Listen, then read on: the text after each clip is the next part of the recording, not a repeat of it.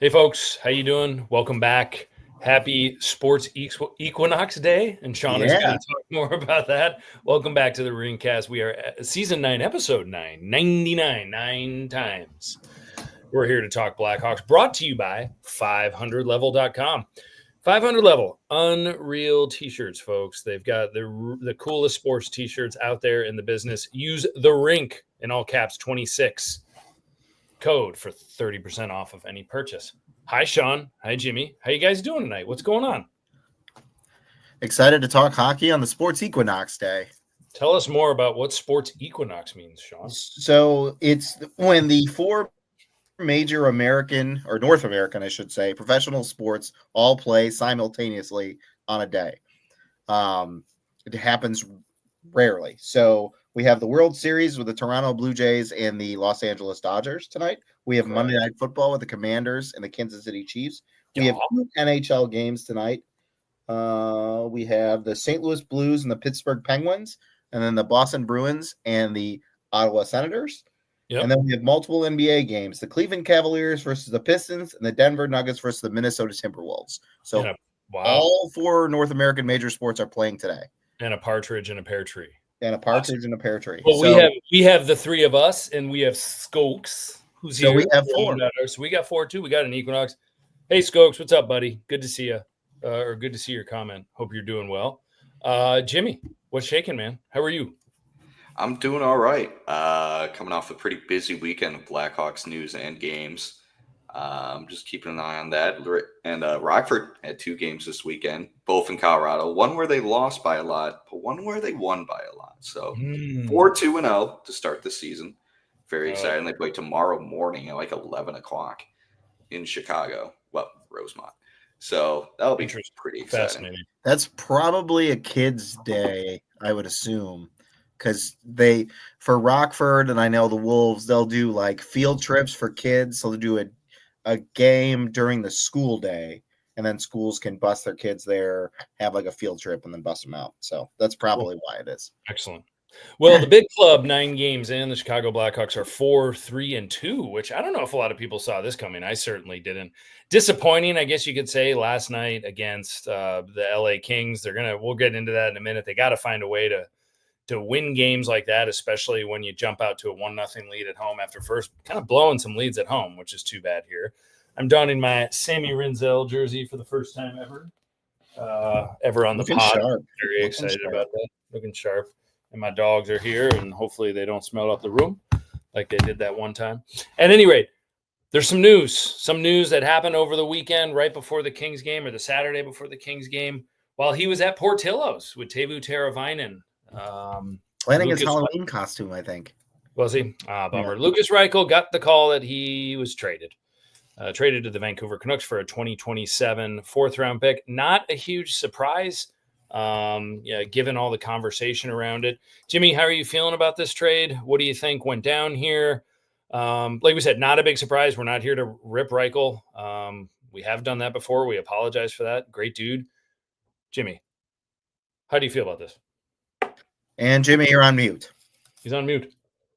Dude, sorry. Very unprofessional of me. Now, how do you feel about it? Now that I finally have my voice. It's hard to feel surprise. Pierre LeBrun on Twitter, like right after the trade went down, basically broke that Lukas Reichel and his agent requested a trade a few weeks ago. I'm assuming that means before the season starts. I think everyone kind of saw the writing on the wall. He had 1 year left on his contract. There really wasn't a long-term picture of him in the room. He really didn't show that progression that a lot of teams would want for a guy that they want to keep long term, especially when you're the Blackhawks and you have a ton of forward prospects about to make that jump. Like if you're a young forward on any forward on a declining, expiring contract, you really got to prove that you belong here, because look at the Blackhawks system. There's a ton of prospects, especially in the forward area, that are probably going to start in the NHL, or at the very least be in the AHL, ready to make the jump by the 2026-2027 season. Yeah. So it made sense. You get a fourth back, which is ironically the fourth you traded for You traded away for Ilya Mikheyev last summer. So you essentially traded Lukas Reichel for Ilya Mikheyev and a 2027 second round pick, which looking from a bird's eye view, that's a really good value for the Chicago Blackhawks. And for the Canucks, I think they want to just give this kid the one last chance, kind of feel like, hey, we know you got a lot of speed. We know you can enter zones with possession very well. Can we unlock something that the Blackhawks couldn't? Best of luck to them. Best of luck to Lucas. I know he was a fan favorite. He really exploded post 2023 trade deadline where, let's be honest, Blackhawks had nothing to cheer for. Patrick Kane was traded, so there was no, Jonathan Toews had announced he was basically going to soft retire after the season. So there was nothing to root for other than trying to win the lottery. So, I think people attach themselves to Lukas Reichel because it was this is a one thing to root for at this part of this season. Yeah. And I think a lot of people had a lot of hope for him. But he never really seemed to elevate his game to really make anyone in the organization feel comfortable enough to keep him. So, it's unfortunate, but this happens with young players. Some of them just don't really work out, and you got to cut bait and try to get value where you can.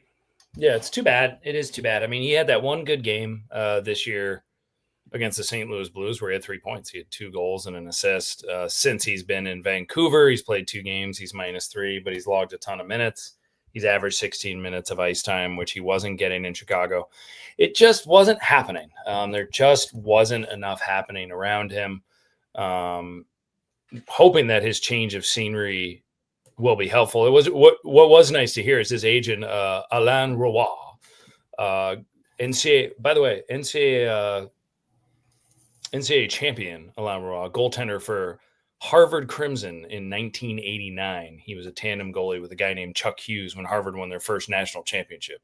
At any rate, he's Lukas Reichel's agent. He said that Kyle Davidson and the Blackhawks handled this very well with a ton of class. They were constantly open, constantly talking about it, that Jimmy, as you said, that a trade was requested and that there really weren't any surprises. Everyone just kind of knew what was going on. Reichel showcase some good flashes and good luck to him. I mean, I hope it works out in Vancouver. I don't know, Sean, how are you feeling about it? So I'm good with the deal. It benefits both sides. Like Jimmy said, and everybody said, it just didn't work out for Reichel here. And objectively, I think we gotta, I was listening to the Chicago Blackhawks Breakaway podcast earlier today, and they had a really good point. Lukas Reichel was the only prospect when they drafted him. Because it was Kirby Doc in the NHL, and then it was Reichel, and that was it. Yeah, that was pretty much So a lot of pressure, the expectations, like Jimmy said, the season got out of hand, and everybody's like, okay, what about Reichel? What about Reichel? What about Reichel? And maybe that was unfair because of just after the top 10, it's really kind of like throwing darts at a board to see who hits. And that late first round of a pick, what was he 21st overall? Is 17th. That what he was? 17 in 2021. I mean, even that late, a lot of those guys don't pan out. Yeah. In the NHL, they just don't, or they play for 10 years and, bounce around a little bit. And not that they're bad hockey players, but it is really, and I think that, a lot of, You take that back. You take that back. I love my IceHogs. You take that back. Colorado Avalanche beat reporter chiming in. That's awesome. It's probably because the IceHogs played the Colorado Avalanche affiliate, Colorado Eagles, this weekend. There you go. Split the series. But again, I think it's one of those with Reichel where it's. A lot of people had him as a very high second round pick. Yep. And Stan Bowman took him pretty early. I think people were generally a little surprised. That said, he does have tremendous skill. He's got tremendous speed. He's speedy, and we just hope that he finds a fit somewhere in the NHL. Some vision, I think, is as Mark Lazarus put it, and all of us have seen it. He's the fastest guy across the blue line with the puck, and then he has no idea where to go with it.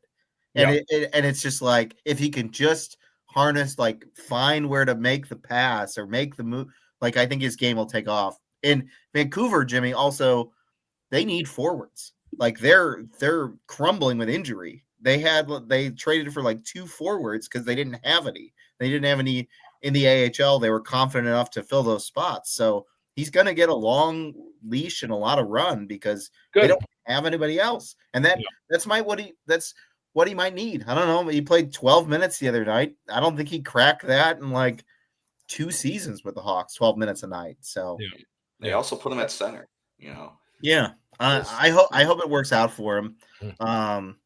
And one other thing, the 4th round pick, I know people were saying that's too low for Reichel. I had read that this summer teams were offering a 5th round pick for Reichel. So the fact that the Hawks got a 4th round pick, I mean, that's a lottery ticket too. So it's not the end of the world. You take what you can get at that point. Yeah. And the fact that he had a 3-point game probably just moved up his value 1 draft. Probably helped. That probably helped. Well, in Vancouver being forward strapped, I think is another in need of forwards. And now there's a spot for Ryan Green on the roster, and Ryan Green staying in the NHL. So like there's another spot open. Ryan Green being up, Nick Lardis has the opportunity now. Reichel just got passed by those guys. So I think they're going to make room for Oliver Moore at some point soon. I mean, we've talked before that seems like he's on the Frank Nazar plan where the holidays he might just get a permanent call up and be the guy if he keeps pumping in goals like Aiden Thompson did over the weekend in Rockford, which is pretty cool. But let's talk about the big club. Let's talk about the 3-1 game last night. They came flying out. I mean, the Hawks were everywhere. I mean, they were, flying out of the gate. They were really excited to play. They were skating. They were all over it. I mean, I think they were in a position that it seemed like they were going to blow them away. Then 2 quick ones from the Kings in the second period, and then the Kings just parked the bus. And Jimmy, you DM'd yesterday during the game, and you were like, God, this is why I hate watching the LA Kings. It's, even Bedard said it himself. They play a boring style, and he was giving him a compliment when he said that. But anyway, bummer about last night. Thoughts about last night's game? Jimmy, go ahead. How'd you feel? I mean, it really slowed down as soon as LA scored those 2. That last night's game really showed what happens when you have a really smart veteran team go up against a team of a lot of kids. Like that's an Anze Kopitar, Drew Doughty victory right there. Yeah, and throw Deneau in that conversation. And throw Deneau, and even Brian Dumoulin and Cody Ceci, guys have just been Kempe. Yeah. You just, when you go up against a team that just has guys that just know how to play with a lead and know how to just suffocate young players, this is just what's going to happen. Blackhawks are frustrated. They couldn't get anything in the middle of the ice, and they weren't giving up chances either. But LA Kings didn't care. Yeah. After the first period, I mean, the Hawks' grade A chances were minimal, if any. Yeah, and it's just another thing too. I think a game like yesterday just shows a little bit of the limitations of the 11-7. Like when teams can really lock down your forwards, you really need your defensemen to step up in the offensive zone. We saw a little bit of it. I really liked when I saw guys like Matt Grzelcyk and even Artem Levshunov take the puck and go behind the goalie's, opponent goalie net and try to just get something going. I like stuff like that because that's stuff you have to do when you have, a team like the Kings that can just shut down your 11 forwards. And when your 11 forwards are worn out, they're not going to be able to do a lot. And if you have 7 defensemen, you got to look at them and be like, hey, you got to generate offense. You got to get aggressive because you're a little more fresher than your forward counterparts. Yeah. So that's just what I saw yesterday. You just saw a veteran team that really understood how to take away offense from a young team, take away offense from a pretty tired forward group, especially when Mikheyev went down. I think that was in the second period. You went, half the game of 10 forwards. You're gonna have forwards by the end of the third period that are just gonna be worn out, and that's what. Yeah, you're gonna be limited. I think. Yeah, and a couple mistakes that got the Hawks. I mean, Sam Rinzel turning it over right inside the opponent's blue line, leading to a 2-on-1, and 2-on-1s are just dandy in the NHL. I mean, you want those, but I mean that's a cardinal rule. Turn over the puck there. Wyatt Kaiser has been great. He did make a mistake that Dickinson's shot was blocked, but Kaiser was playing outside the dots and You want to stay inside the dots. He's been great at his gaps. Mistake there, they go the other way, they score all within a minute and a half. So honestly, like 2 mistakes and that was it. I mean, I thought that Soderblom played a pretty good game last night. I mean, Sean, what are your takes on the game last night? Was it just kind of the D weren't as sharp, the forwards were tired? How do you feel about it? It felt like Vancouver when they played Vancouver all over again. Like, and it's kind of funny too because Vancouver also played the night before, and we had a fly-in first period because they were tired. The other team found their legs in the second period, and then they went on to beat us. So we've just got to, when a team responds in the second period, like the Hawks have got to match them. And I don't think they were up to the task in the second period yesterday. Yeah. I will say Arvid Soderblom played extremely well. He hasn't played in like 9 days. Yeah, like this is only his third start. Third start. So I thought he played really well. Losing Mikheyev was a big loss. And then I'm trying to think what else. Yeah, we just didn't get any grade 8. The power play. That's what I meant to say. The power play. The power play was awful. Power play was just awful. Yeah, and that's why they changed it up in practice today. They have Foligno now playing the bumper. They moved Bedard from the left side to the right side because, as Charlie Romeliotis explained on the Breakaway podcast, on the left side, Bedard is only really able to one-time a puck. On the right side, he can toe drag, he can make a move. That's the thing is that you have your best puck handler not handling the puck on that power play the way it's set up right now. Right. I mean, he's a great shooter, but he's not an Ovechkin where you just sit there and crank. You want him to have the puck and he can dish. Yeah. And Tyler Bertuzzi not being there because Tyler Bertuzzi's big on the dirty, greasy goals, getting in front of the net, and he wasn't there. He wasn't in the game. So I think that was a loss on the Blackhawks side because generally Bertuzzi's right around the net and will have a good tip or something like that. And they went, 0 for 5 on the power play last night? Yeah. Yeah. And I still think they take way too many penalties. Like they've got to keep it under 2 a game, and they take 4 or 5 every night, which wears out. It's eventually going to wear out guys like Mikheyev who play. He's amazing on the PK, but he plays so much on the PK. Mm-hmm. So, well, hopefully, I mean, he got dinged up last night. I mean, you've got Bertuzzi out. Mikheyev is day-to-day. We don't know if either of these guys are going to be in the lineup tomorrow. Does that mean Sam Lafferty's going to be in? Probably would be. I mean, I think that's who you sub for Mikheyev in that sense. Two guys that can really cook and kill penalties. But yeah, I mean, those are 2 guys that you really want out there. So the injury bug early, I don't think necessarily. I'd be surprised if Blashill deviates from the 11-7 tomorrow. I guess we'll see how that goes. But the Senators are pretty good. I mean, they're 500. They're tied 1-1 with Boston right now. Shane Pinto on the Senators has 8 goals in his first 9 games. Wow. Which is, I didn't know that was his MO. Dylan Cousins has 6 goals. He's had a nice change of scenery. So the Sens can play. They were on the cusp. Did they make the playoffs last year? Or they're in the cusp. They got the spot over Columbus. They lost to the Leafs in the first round. Yeah. So, I mean, they're a lot like where the Blackhawks probably will be next year, kind of in that sense. But so young, hungry, could be a really exciting game, hopefully a fast game, and a lot of back and forth. I think it'd be awesome if it was a high-scoring, entertaining hockey game tomorrow night. I guess that's what you hope for. Then the Hawks go on the road for a while, and we'll have some really big tests. They've got that West Coast road trip, so they are playing Colorado. They are playing Edmonton. They do have Calgary, Calgary is really down. Well, I mean, Wolf did call out his entire I can't score goals. Is what he's basically said. I do my job. Can you imagine Spencer Knight saying that? I can't. No. Speaking of Spencer Knight, Jimmy, I don't know if you said this or someone tweeted it or you might have DM'd this today. We mentioned kind of, hey, Spencer Knight, possible Vezina candidate. Spencer Knight, Team USA Olympiad. Who is that possible? I mean, I don't see why not. I mean, Spencer Knight in the conversation for the Olympics all of a sudden. You've got Hellebuck probably has the job. Then after that, you have Jeremy Swayman, who's not been great. Is it Is Ottinger? Ottinger is American. Yeah. That's another one. So yeah. So I mean, But then do they carry 3 goalies? Don't they carry 3? They always do. Right? Yeah. So then who else is there? Last year in the Four Nations? Yeah.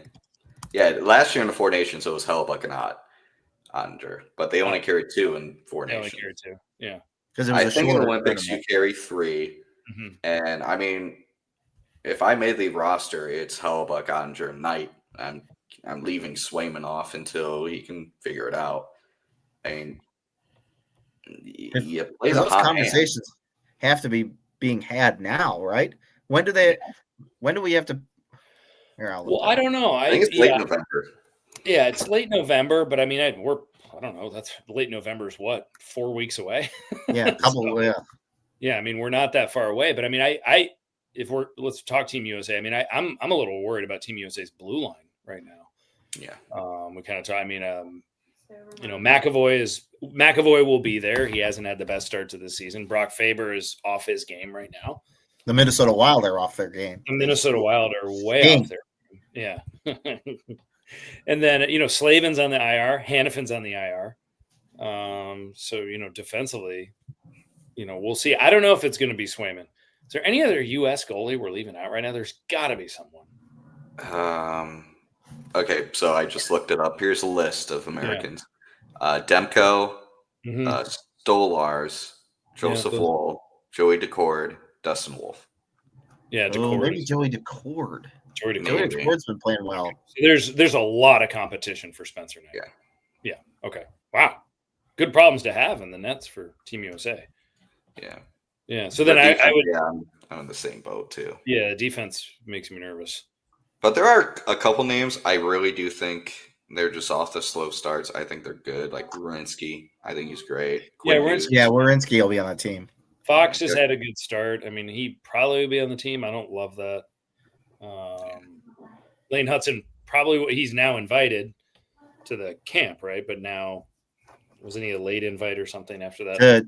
Canada's camp or the U.S. I don't know if he'll make it. No, the U.S. camp or Canada's camp, right? U.S. camp. That was the whole controversy with his dad. That whole debacle. Yeah.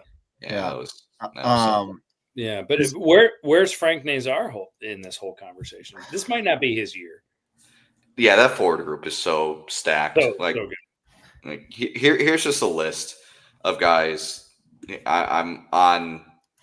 I'm on an article from June from Tom Gulitti talking about the projected roster, and here's forwards: Boldy, Caulfield, Connor, Eichel, Gensel, Hughes, Keller, Larkin, Matthews, JT Miller, Jason Robinson, both Kachuk brothers, but Matthew could be a question mark based on his recovery, and Tage Thompson. And then he has guys outside looking in. You got Chris Kreider, Brock Nelson, and Vincent Trocheck. Yeah, it's uphill. Nazar. It's an uphill battle. I mean, I don't think he's, I don't think he shouldn't be considered. Frank Nazar is.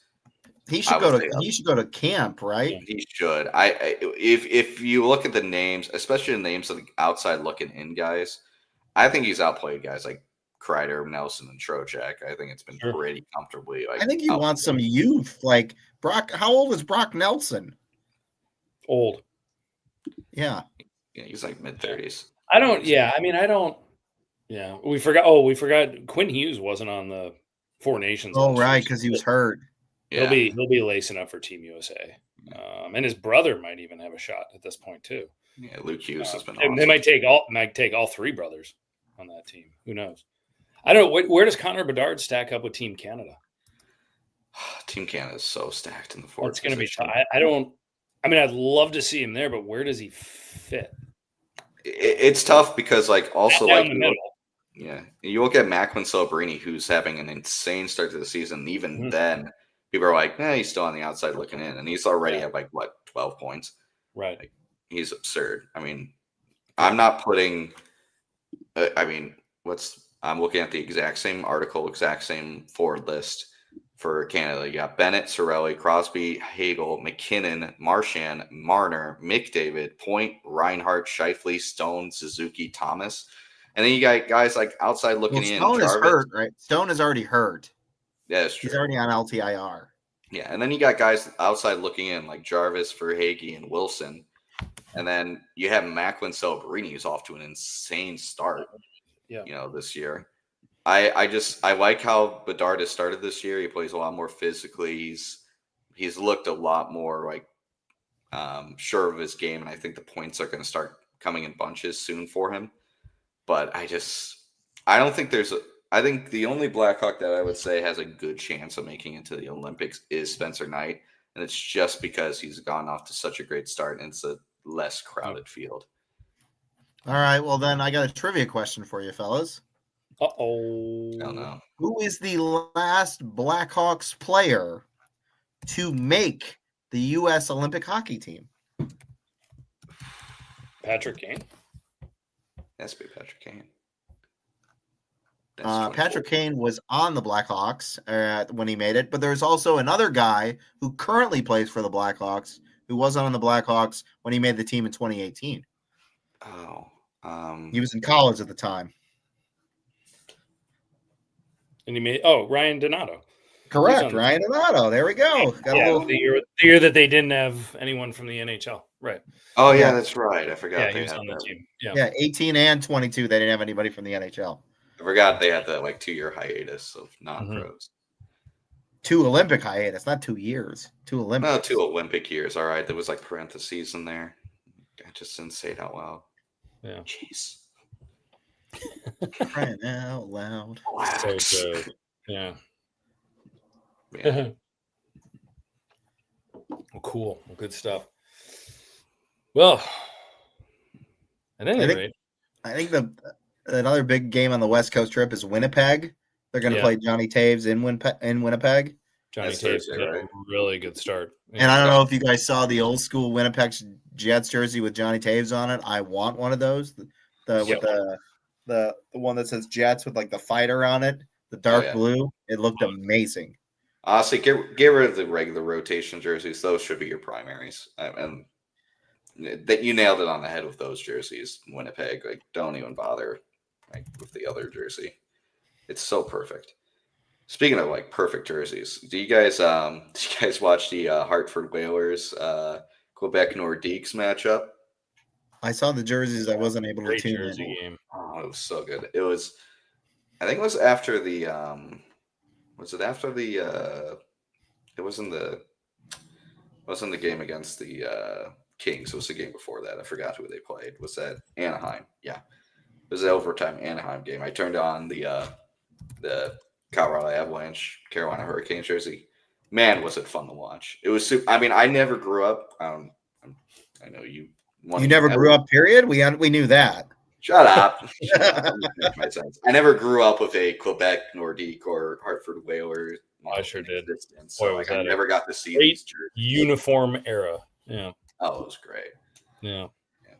Some teams need to really update their looks. I have a quick list of teams that just need to, at the very least, just realize that their throwbacks are so much better and just go with it.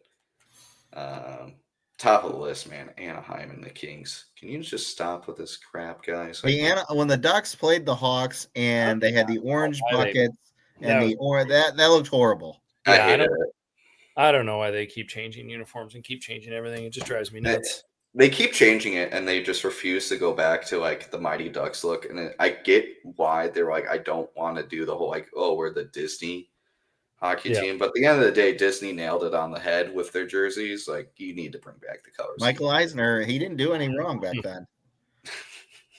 He was the CEO of Disney back then. He was perfect. Bring him back. But yeah. Awesome. Well, good stuff, fellas. Rockford looking good, Jimmy. They got games this weekend, obviously. They got a game. Got a game tomorrow. Obviously, I mentioned that, and then they come back home Saturday. I think they host Milwaukee. That'll be a very fun one. I'm going to try to get myself there, see what I can get from the team, see if they have any comments. Very good start. They had a really, really rough game against Colorado on Saturday. That was a game they lost 5-0. I think the biggest weakness for this team, and it's something we've talked about with the Blackhawks too, their defensemen just aren't physically strong enough to push teams out of Drew Comesso's way. Yeah. It's something we talked about with Kevin Korchinski, and I know he got over 200 pounds this summer, but I think we all kind of agreed we wanted a little bit more. We wanted at least like 205, 210. But at the same time, Korchinski is also really good offensive defenseman, so it's kind of like pick your poison here. But other guys just need to be a little bit more physical. Nolan Allen, I know he's coming off a concussion, but he hasn't really been much of a factor since rejoining the lineup. Ethan Del Mastro has been great. I think Ethan Del Mastro has been the best defenseman in Rockford. Good. Good to hear. The only issue is like, can he actually keep up with the NHL game? Because that's what I've noticed for the past year. Ethan Del Mastro, AHL All-Star. He's looked really good in the AHL. He goes to the NHL and he always feels a step behind, always feels a decision behind. Mm-hmm. And hopefully that's what we're seeing in the AHL. But after the 5-0 loss, returned to Colorado the very next day, 1-4-0. Really convincing. Oliver Moore had an empty net goal. Nick Lardis assisted on that. Those two have been really good line mates. I'm wondering, I don't want to sound like I'm holding anyone back. I almost wonder if they want to bring them up as a 2-for-1 special and just keep them on a line. Like, do you bring him up and then put him on a line with Ryan Green on the third line? Do you bring him all the way to the first line with Connor Bedard? It's super interesting because the kids have a lot of talent and they really build off each other, especially in the offensive zone. So that's what we're seeing a lot in Rockford. So 4-2-0, youngest team in the AHL. So that's really shocking. And I was super impressed with a very young team recovering from a 5-0 loss. We'll still show up the next day, same exact opponent, and really lock in. So good start for them. Carmesso has been a dog. I was gonna say it. Does he have 3 shutouts too? Yeah, I think he has 3 if I remember correctly. He just passed Corey Crawford for 3rd all time in Rockford history in team shutouts. I think that puts him at 7. Cool. I think Michael Layton, who's about to join the Rockford IceHogs Ring of Honor, leads AHL Hall of Famer. AHL Hall of Famer Michael Layton. Philadelphia Flyers 2010 legend, Michael Layton. But yeah, Camesso's been incredible. I'm really wondering how long we have to wait to see him in a long extended period in Chicago, because I know Soderblom just had a 2-year extension. Knights under team control for another 4 years. It's going to be really interesting what's going on with them. And then you have injury. Yeah, Guyan. Playing really well. Yeah, he's the most starts in collegiate hockey. 8 games started. UMD. They beat Minnesota in a 2-game series over the weekend. They're ranked number 11 in the newest ranking. They made it to 10. They're top 10 now. Yeah, he's all the state of Michigan in the top 3 right now. It's crazy. Oh yeah. Oh yeah, and Michigan State, Michigan Western, top 3. Nuts. Yeah, and did Michigan split with Western Michigan over the weekend? I think they did. Yeah, they did. But back to Guyan. I think does he have a point? I feel like he's got the highest save percentage in all of college hockey right now. I know it's early, and I think that's from what I've read. I think that's because the team in front of him is way better than it was last year. Well, it certainly helps. He's got a 1.25 goals against average. I mean, and he's 7-1. He's given up 10 goals in 8 games. Yeah, he's a 938 save percentage. Good. Right now. That's actually absurd right now. He might be he's the best goalie in college hockey through 10 games. Then you can say. Yeah, he's incredible. I don't know. Which is fantastic. Because after those 2 years after he got drafted, he looked rough. I think I was really concerned. Well, you want to hear something crazy? Last year he had that ankle injury that put him out for a long time. It did. And UMD just wasn't very good last year. There was a down year for them. It was. So ironically, this year Adam Guyan has already matched his win total from last year at 7. Yeah, amazing. Really good. It's interesting. Blackhawks goalie. Going back to what you were talking about with Ethan Del Mastro and Rockford, I'm glad that he's doing well, but I still think I think the biggest concern right now for the Chicago Blackhawks and their youth movement and the development of players is left-handed shooting defensemen.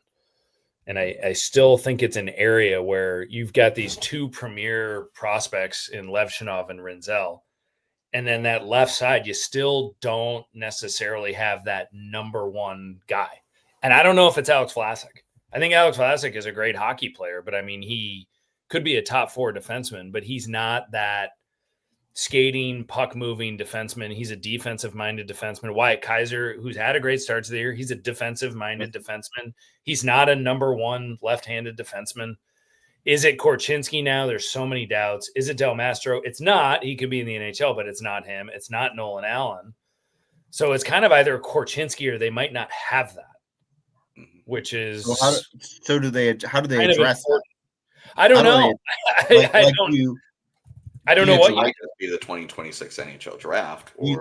But then how long? So if you draft, so you got to wait longer. Yeah, I don't know. You got to wait longer. Do you address that? You go out and you trade for a left-handed defenseman that fits that need, or which you will pay an unbelievable premium for.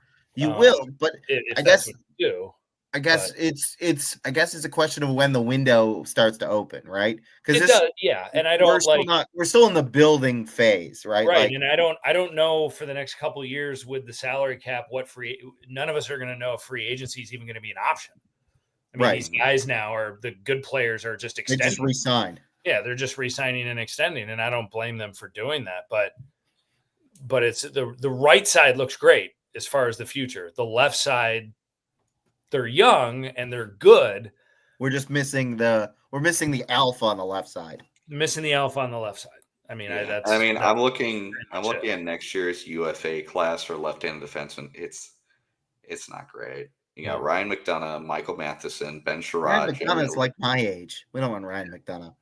Jamie Alexiak, Philip Broberg's an RFA. You'd have to pay up for him. He's been so good. He's not going to get the free agency. He's really not. And then Thomas Harley, who's not going to make it. It's just I don't the Hawks know. Need the top left-handed puck-moving defenseman in the upcoming draft. If or maybe they just do it anyways, and do you have redundancy if Korchinski doesn't pan out? Well, yeah, I mean, right now your defenseman Sam Rinzel is the defenseman on the top power play unit. On the second power play unit, it is Levshunov. I suppose that's fine, but if you ever wanted to have that left-handed defenseman on the power play, it's either Korchinski or it's nobody. Yeah, it isn't Alex Vlasic. It's not. No.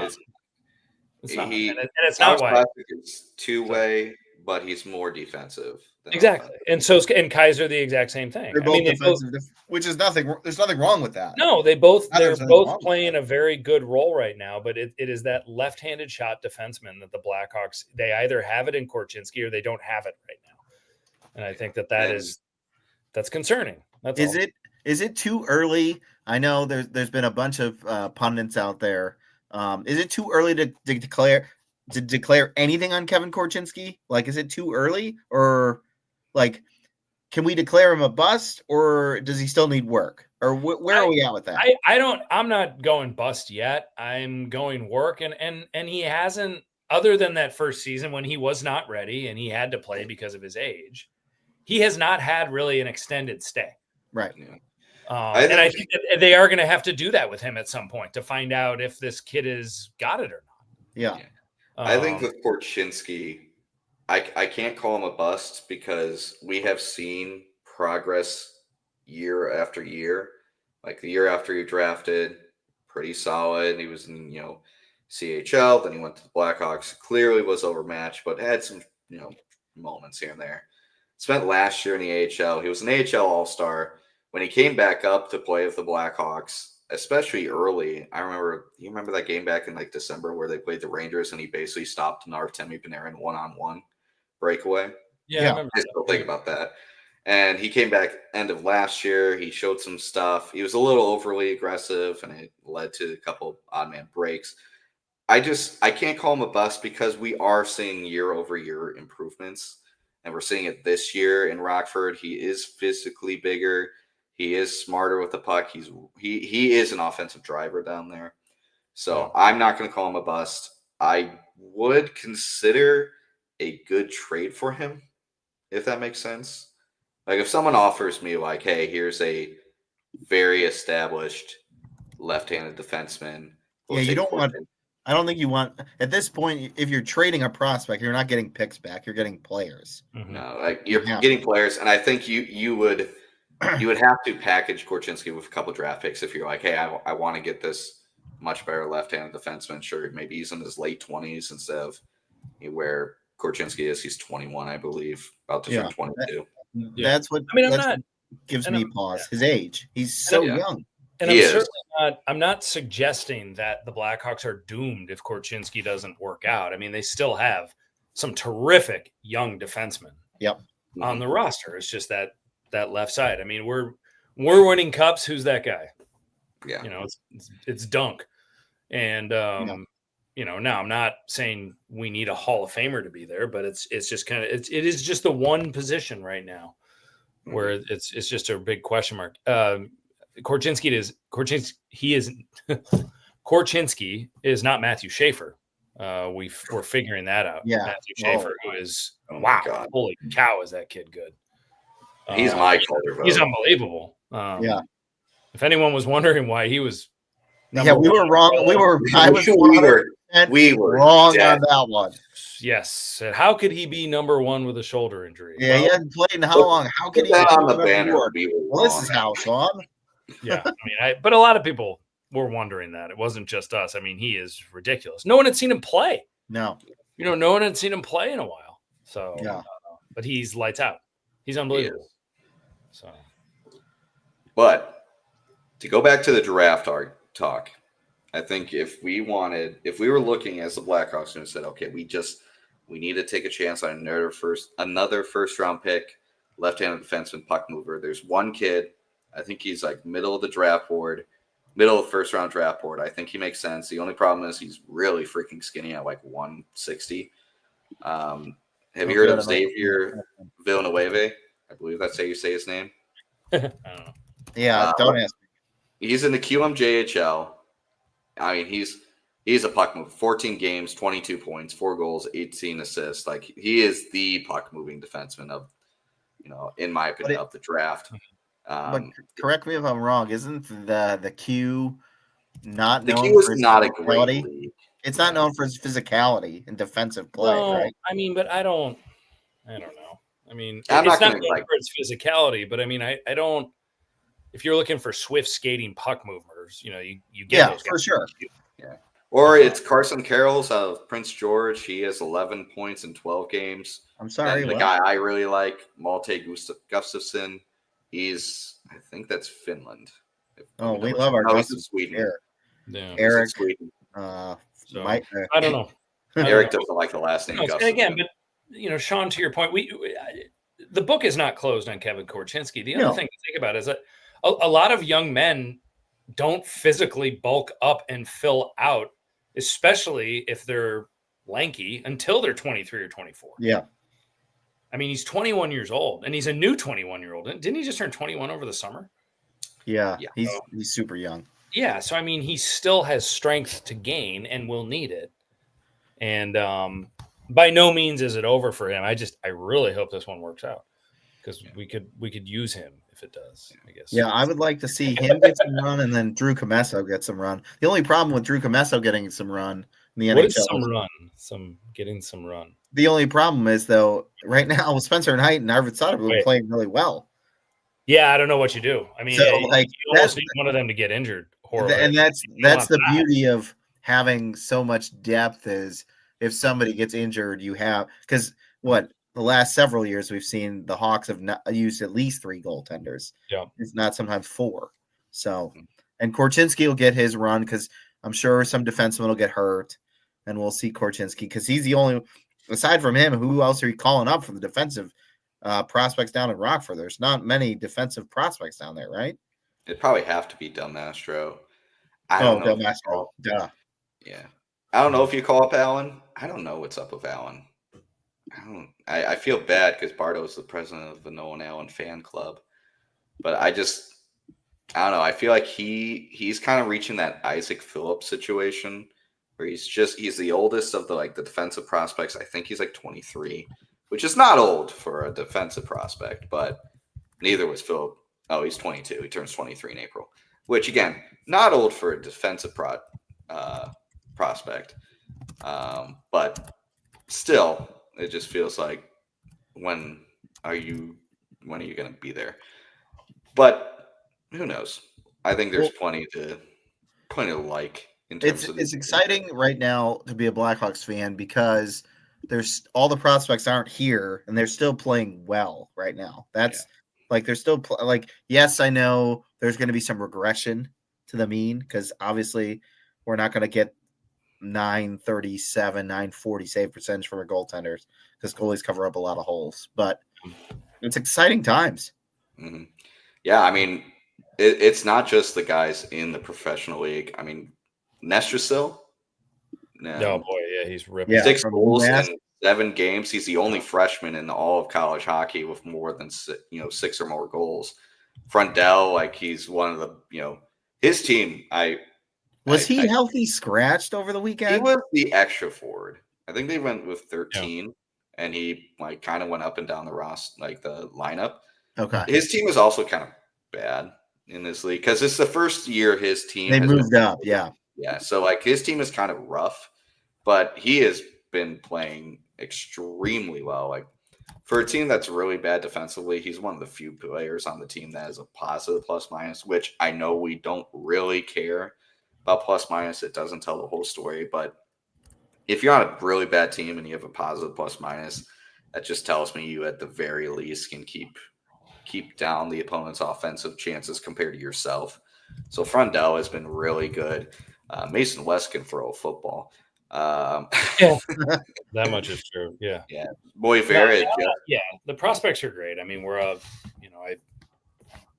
definitely in good shape there. Yeah. I'm not. It's crazy too because like I think we talked about it earlier when it came to like comparing this team to the San Jose Sharks, and like San Jose Sharks have some like insanely good forward talent, but like they're deep after Dickinson. It just and honestly after Askarov, it kind of dips in terms of just like prospect talent. Like who after Dickinson? I think you can expect the Sharks to give up a lot of goals for a while. Oh yeah, I mean they won yesterday in overtime, at giving up 5 goals.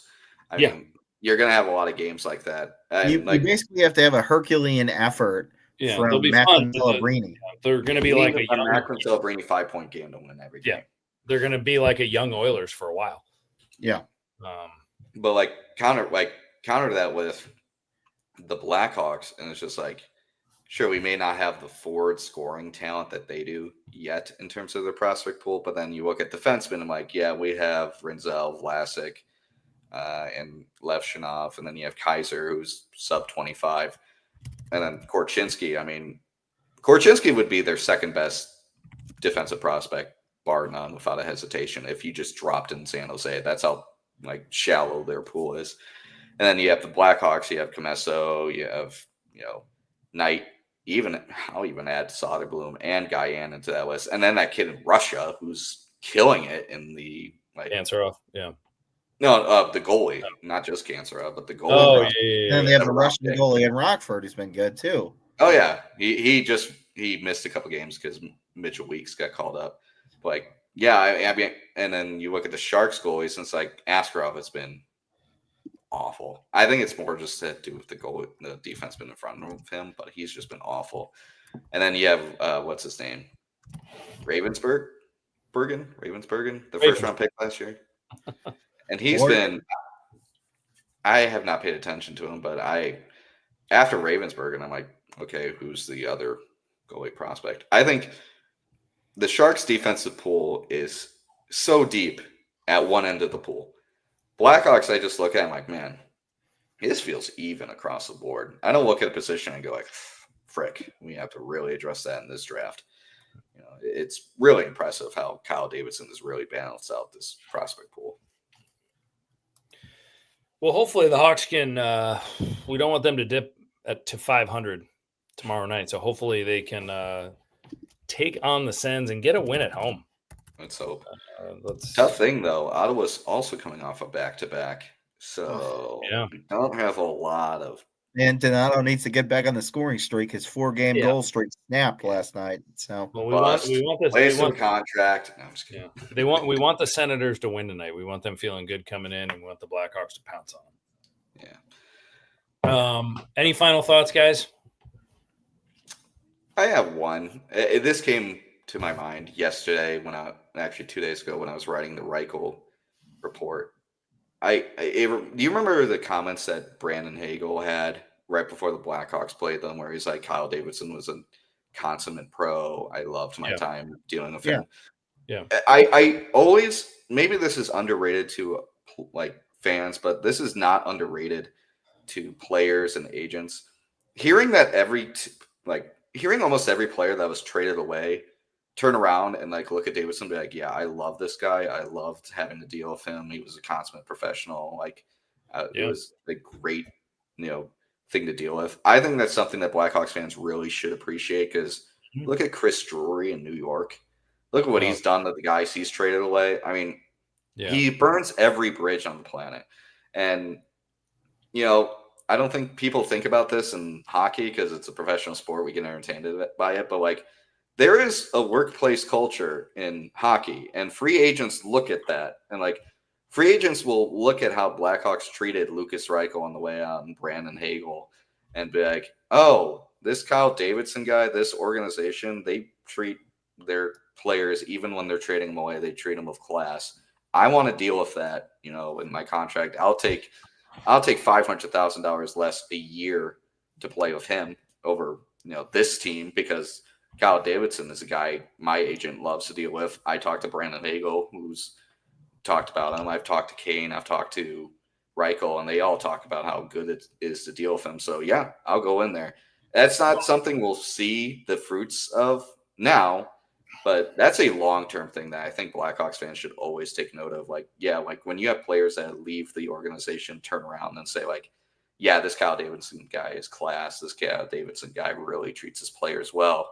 He's a consummate professional. He treats us really, adults. He's an adult in a room, even with being a young guy in the GM role. I think that's something Blackhawks fans would really appreciate. Well, I hope they do, and I think the good point, and obviously the guys that are there certainly appreciate him. He's not a prove it contract guy. We've learned that with Spencer Knight and Nazar and Vlasic. He paid him right away. He could have traded Donato. He did not. He kept him around. So he's a good GM, folks. Really good GM. Yep. One last thing, switch on the power play. Burakovsky is moving from the second unit to the top unit, and Tavo's going to the second unit. So look for that to help generate. They like Burakovsky's speed into the offensive zone, and they think that'll help more to get the power play going. So just something to watch for in the next game. Cool. All right, folks. Well, thank you for joining us tonight. Go Hawks. We will be back next week. And hopefully the Hawks get a W tomorrow. Keep their winning ways going. 4-3-2 Chicago Blackhawks. And hopefully win number 5 tomorrow. Thanks for joining us. Take care and have a great night.